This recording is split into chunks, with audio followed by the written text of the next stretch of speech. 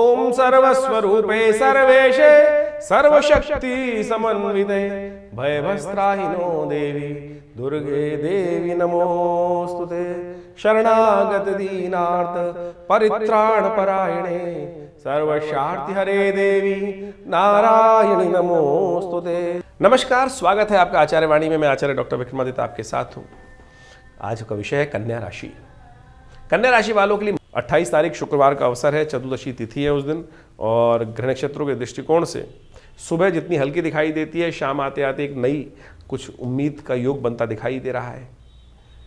लेकिन 6 ग्रही पंचग्रही योग बन जाएगा इस दिन। चंद्रमा आपके सप्तम भाव में शुक्र के साथ, बुध के साथ और साथ साथ शनि राहु के साथ और सूर्य के साथ विद्यमान हो जाएंगे। और ये जो योग बनेगा ये आपको चीज़ों को समझाएगा, सही पूर्वाभास आपको होता दिखाई देगा बहुत सारी चीज़ों का।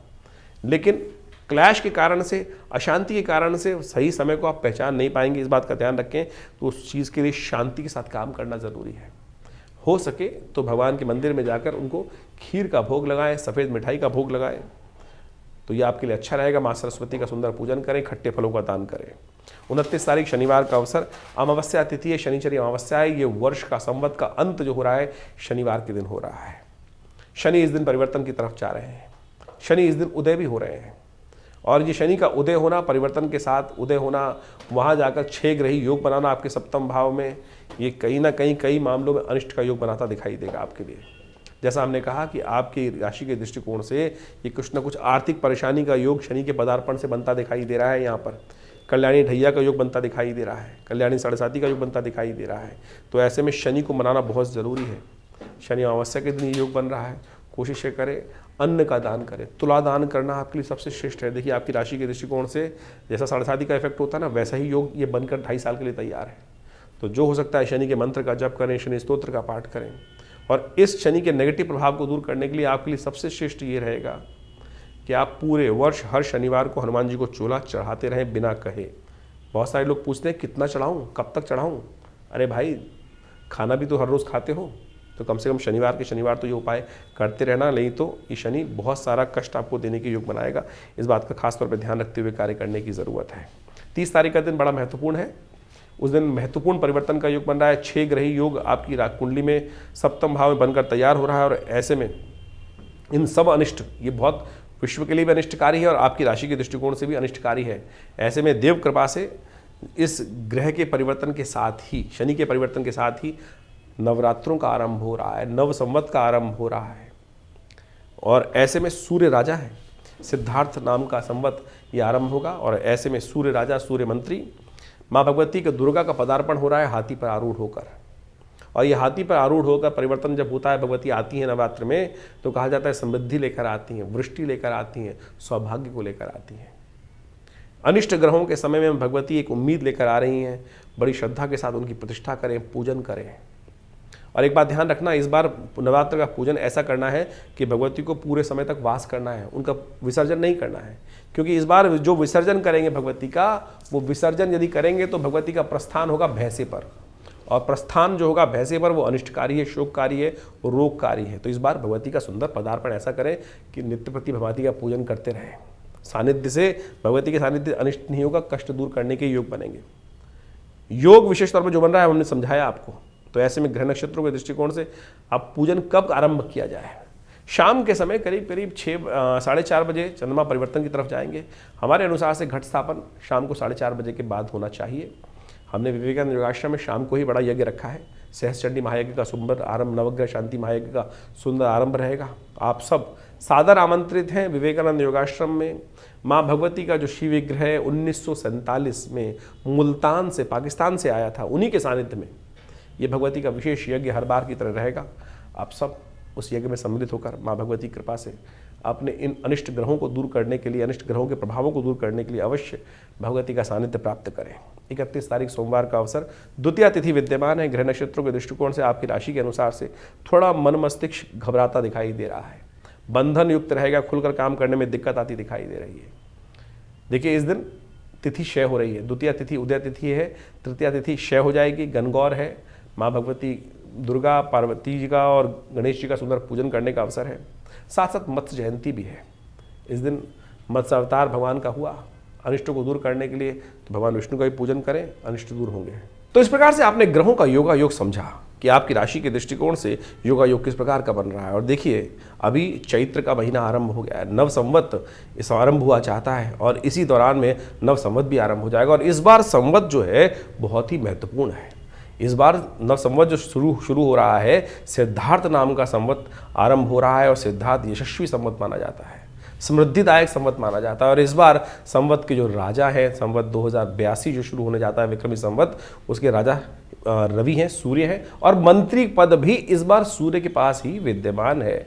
इस बार ग्रहों का नक्षत्रों का योगा योग जिस प्रकार से नववर्ष के आरंभ में बन रहा है, ग्रहों की पंचायत पूरी लग गई है और आपकी राशि के अनुसार से उसका प्रभाव विशेष तौर पर देखने को मिल सकता है। विश्व एक अशांति के मुखार पर आकर बैठा हुआ है और ऐसे में आप समझें जो नववर्ष आरंभ हुआ उस समय पंच ग्रहों की युति एक स्पेसिफिक भाव में बनकर जो बन रही है, वो राज्य विश्व में कहीं ना कहीं प्राकृतिक आपदाओं का योग बना सकती है।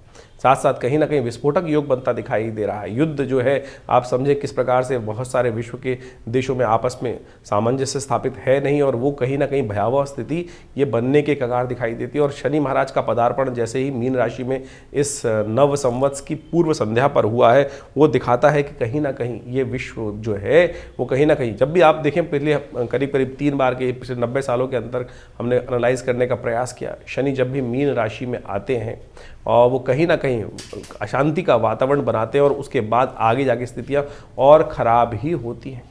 जैसे प्रथम विश्व युद्ध के दौरान पे देखें, जब मीन पर आए उसके बाद जैसे ही आगे बढ़े और उसके बाद भयावह स्थिति विश्व में अशांति की तरफ चलती चली गई। द्वितीय विश्व युद्ध के समय भी इसी प्रकार का वातावरण बना हुआ था। उसके बाद 1960 के दशक में भी इसी के 64 के आसपास का भी यही वातावरण रहा है। तो ऐसे में ध्यान रखते हुए कार्य करने की ज़रूरत है। विश्व के प्रणेताओं को बहुत सोच समझ कर कार्य करने की ज़रूरत है।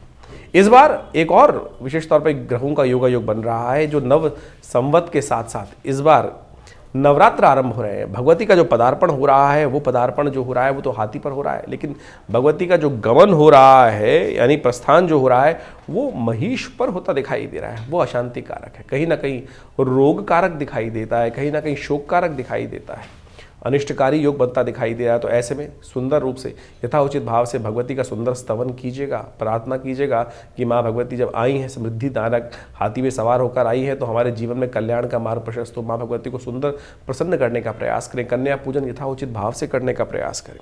जैसा कि नवरात्र का सुंदर योग है, उसमें विशेष तौर पर समस्त अनिष्टों को दूर करने के लिए हमारी संस्कृति बताती है कि हम प्रार्थना करके माँ भगवती को प्रसन्न कर कर अपने जीवन के कष्टों को दूर करने का योग बना ही लेते हैं। तो इसी प्रकार से जैसा हमने आपको समझाने का प्रयास किया है, आपकी राशि के दृष्टिकोण से जो योगा योग है वो भी आपको समझते हुए कार्य करने का प्रयास करना चाहिए। देखिए, ग्रहों का योगा योग हर व्यक्ति के जीवन में अलग अलग प्रभाव डालता है। किसी के जीवन में सुख समृद्धि के योग बनते हैं, किसी के जीवन में असमृद्धि के योग बन जाते हैं। सारा डिपेंड करता है आपके कर्म के अनुसार से। समस्त जीवन में यदि अनिष्ट योग बने भी हों तब भी यदि हमारे शुभ कर्म हैं तो कहीं ना कहीं हमको बचा के निकाल देंगे। और लोगों के मन में ये भाव रहता है कि शुभ कर्म किए कैसे जाते हैं। जो शुभ कर्म है वो वास्तविक तौर पे आपकी मानसिकता पे व्यक्त करते हैं। आप शुभ कर्म प्रत्यक्ष रूप से कर रहे हैं लेकिन मन आपका वहाँ नहीं है, तब कोई फायदा नहीं है। मनेव बंधन कारण मोक्ष शास्त्र कहा जाता है। हम भगवान का स्तवन कर रहे हैं, भगवती का स्तवन कर रहे हैं, रुद्राभिषेक कर रहे हैं, पूजन कर रहे हैं, लेकिन मन कहीं ना कहीं संसार में लिप्त है, उस परमात्मा की तरफ मन है ही नहीं, तो उस कर्म का फायदा ही क्या। केवल जो बाह्य तौर पे कर्म किया जा रहा है उसका ही प्रभाव प्राप्त होगा। लेकिन कोई व्यक्ति बाहर बैठा है और जो भाग्य से कहीं ना कहीं उसके शुभ योग बन नहीं रहे हैं, लेकिन मन से कहीं ना कहीं पवित्रता है तो वो ज़्यादा लाभ देगा। तो इसलिए मन की पवित्रता को विशेष तौर पर मन की संलिप्तता का ध्यान रखते हुए कार्य करने का प्रयास करना चाहिए, और वही आपके जीवन में दुष्कर्मों से बचाकर शुभ कर्म की तरफ प्रेरित कर देता है, पुण्य जगा देता है। पुण्य और पाप की जो व्याख्या है वो बहुत विशेष तौर पर समझने की आवश्यकता है। शास्त्र में इसको अनेक प्रकार समझाने का प्रयास किया गया है। शास्त्र में उपनिषद में एक कथा आती है, वो आपको समझनी चाहिए। एक कथा उपनिषद में बड़ी विचित्र प्रकार से बताई गई है। एक महात्मा थे, यज्ञ करते थे, पूजन पाठ बहुत बढ़िया करते थे और लोगों को प्रेरित करते थे। उन्हीं के आश्रम के बाहर एक कसाई दुकान चलाता था जिसमें जीव हत्या करता था, मांस बेचता था। संयोग से दोनों की मृत्यु एक ही समय पर हुई, और कहा जाता है कि जब दोनों की मृत्यु एक समय पर हुई तो धर्मराज के समक्ष जब उपस्थित किया गया तो संत ने, क्योंकि यज्ञ इत्यादि किए थे, पुण्य किए थे, तो उनको अच्छा जो सम्मान हो सकता है, सम्मानित पद हो सकता है, ऊर्ध्व लोक होते हैं, वो प्राप्त हुए। लेकिन संत थोड़ी देर रुक गए क्योंकि उन्होंने पीछे देखा कि वो कसाई भी उनके साथ लाइन में लगा हुआ है, क्योंकि मृत्यु देवयोग से एक साथ ही हुई थी। तो जब कसाई का नंबर आया तो कसाई को विशेष तौर पर वही लोग प्राप्त हुए जो महात्मा को प्राप्त हुए। महात्मा वाचिक पढ़े। उपनिषद की कथा विशेष तौर पर ये बात करती है। तो जब चित्रगुप्त से पूछा गया कि संत ने कहा कि भाई यहाँ भी वो स्थिति है क्या कि जो लोग काम सही नहीं कर रहे हैं उनको भी विशेष तौर पर गलत कार्य करते हैं, अशुभ जीव हत्या करते हैं, उनको भी बूढ़े लोग प्राप्त होते हैं। तो चित्रगुप्त ने उनका लेखा जोखा देख के बताया कि महाराज इस जीव की जो स्थिति थी जीव आत्मा की वो ऐसी थी कि काम तो वो कसाई का करता था लेकिन मन से पूरा सरल था, क्योंकि यही भाव रहता था कि महात्मा इतने सुंदर कार्य करते हैं और मुझको क्योंकि मुझे कुछ आता नहीं है, परिवार का जीवन यापन करने के लिए कसाई का काम मिल गया है, तो कब मेरे भाग्य जागेंगे और मैं भी महात्मा की तरह पुण्य कार्य करूंगा, यज्ञ करूंगा। मनेव बंधन कारण मोक्ष। और इसी मन के द्वारा किए गए शुभ कर्म के कारण से उसको वही लोग प्राप्त हुए जो यज्ञ इत्यादि पुण्य इत्यादि करने से उन महात्मा जी को प्राप्त हुए थे। कहने का सरल अर्थ यह है कि मन से सरल रहिए। पता नहीं संसार में कब हमारे द्वारा कौन सा कर्म हो जाता है, जो प्रत्यक्ष कर्म है कौन सा हो जाता है, लेकिन मन से वास्तविक तौर पर अगर निवृत्त रहोगे उस दुष्कर्म से भी, तब भी आप अपने उस परलोक को सुधार सकते हो। तो लोक परलोक दोनों सुधारने का हमको प्रयास करना चाहिए। तो यही अध्यात्म का अर्थ है और यही इस ज्योतिष के दृष्टिकोण से बहुत सारे लोग ज्योतिष को अध्यात्म से अलग कर देते हैं। अरे ज्योतिष अध्यात्म से अलग हो ही नहीं सकता है।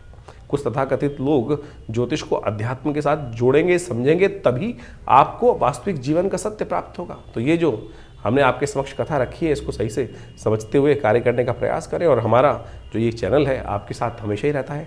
आपके मन में भी बहुत सारे प्रश्न चल रहे होंगे, चिंता ना करें, उन प्रश्नों का निवारण करने के लिए हमने ये चैनल आपके साथ रखा ही हुआ है। तो आप अपने मन के प्रश्नों को हमें व्हाट्सएप के माध्यम से भेज सकते हैं। और हम तो एक और कार्य आरंभ कर दिया है हम लोगों ने। महीने के पहले रविवार के दिन सुबह 8 बजे से लेकर करीब करीब 10 साढ़े 10 बजे तक आश्रम में एक विशेष तौर पर समागम का कार्यक्रम रखा गया है। उसमें यज्ञ में भाग भी ले सकते हैं और विवेकानंद योगाश्रम दिल्ली में आकर अपने प्रश्नों का समाधान भी जान सकते हैं। तो आप विवेकानंद योगाश्रम में सादर आमंत्रित हैं। हर रविवार को, पहले रविवार को विशेष तौर पे समागम का सुंदर व्यवस्था है, कोई शुल्क नहीं लिया जाता है।